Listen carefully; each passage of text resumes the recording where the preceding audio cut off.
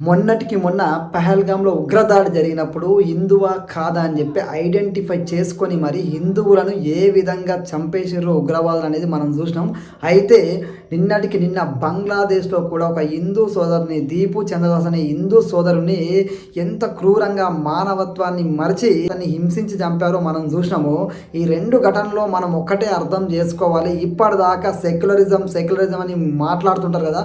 ఆ pseudo secular వాళ్ళు ఒక్కడైనా స్పందించిండా? ముఖ్యంగా దేశంలోని ఏ రాజకీయ నాయకుడైనా స్పందించిండా? అసలు దేశంలోని ఏ ఒక్కరు హిందువుల మీద జరిగిన దాడుల గురించి ఎందుకు స్పందించరు? ముఖ్యంగా రాజకీయ నాయకులు పెద్ద పెద్ద స్టేట్మెంట్ ఇస్తారు. ముఖ్యంగా ఈ ప్రకాష్ రాజ్ లాంటోడు జస్ట్ ఆస్కింగ్ అని చెప్పేసి పవన్ కళ్యాణ్ గారు లాంటి వ్యక్తులు సనాతన ధర్మం గురించి మాట్లాడితే ముందుకొచ్చి పరిగెత్తుకుంటూ వచ్చి జస్ట్ ఆస్కింగ్ అని చెప్పి ఏదేదో మాట్లాడతారు.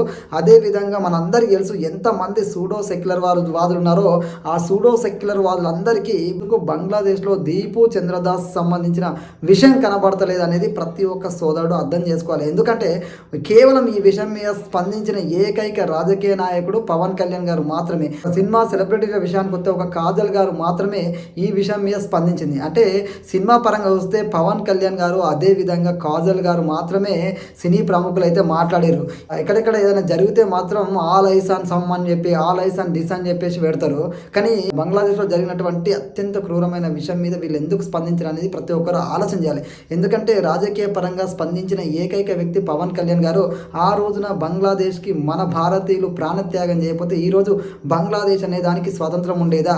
అసలు హిందువుల రక్తంతో వాళ్ళకి స్వతంత్రం వస్తే అదే హిందువులని ఈ రోజున మైనార్టీలుగా ఉన్నటువంటి హిందువుల మీద ఈ విధమైన క్రూరమైన దాడులు, ముఖ్యంగా మానవత్వాన్ని మరిచి మరి ఈ విధంగా చేస్తారు అంటే మరి ఇండియాలో కూడా ఈ రోహింగ్యాస్ బంగ్లాదేశీలు ఉన్నారు కదా, వాళ్ళని ఆ విధంగా చేస్తే వాళ్ళు ఊరుకుంటారా అనేది ప్రతి ఒక్కరు ఆలోచించాలి.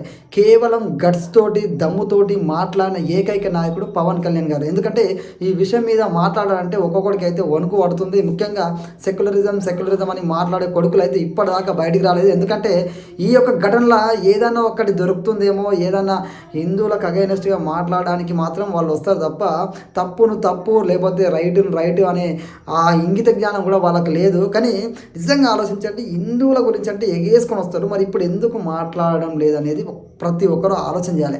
ముఖ్యంగా ఈ విషయాల మీద మాట్లాడంటే రాజకీయ నాయకులు మాకెక్కడ ఓట్లు దూరం అవుతాయో, మాకెక్కడ సీట్లు తగ్గుతాయని చెప్పి భయపడుతుంటారు. కానీ పవన్ కళ్యాణ్ అనే వ్యక్తి మాత్రం ఓట్లు సీట్ల గురించి కాదు, ప్రజలకు ఏది రైటు ఏది రాంగు ఏదైనా ఉంటే నిర్భయంగా నిజాయితీగా మాట్లాడుతాడు.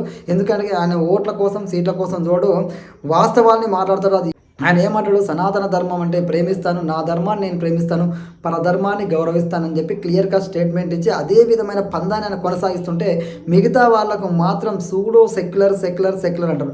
ఆ సెక్యులర్ అన్నప్పుడు అందరినీ సమానంగా చూడాలి కదా, ఎక్కడైనా సంఘటన జరిగినప్పుడు కూడా అదే విధంగా ప్రశ్నించాలి కదా, అదే విధంగా మాట్లాడాలి కదా, ఎందుకు మాట్లాడతలేరు అనేది ప్రజలు ఒక్కసారి ఆలోచన చేయాలి. ఎందుకంటే ఏ వ్యక్తి ఏ విధంగా స్పందిస్తాడు అనేది మీరు తెలుసుకోవాలి. అంత క్రూరమైన సంఘటనలు మొన్నటికి మొన్న పహల్గామ్లో వాళ్ళు కులం చూడలేదు, మతం చూడలేదు, కేవలం హిందువా కాదా అని చెప్పి చంపేస్తే ఏ ఒక్క సెక్యులర్ మేధావి మాట్లాడలేదు. ఈరోజు కూడా అంతే, అక్కడ అంత క్రూరంగా మానవత్వం మర్చి చంపేస్తే ఏ ఒక్క సెక్యులర్ వాది మాత్రం మాట్లాడలేదు. ఇదే నా సెక్యులరిజం అంటే ఒక్కసారి ప్రతి ఒక్కరూ ఆలోచన చేయాలి. మీ అభిప్రాయాన్ని కూడా కామెంట్లో తెలియజేయండి.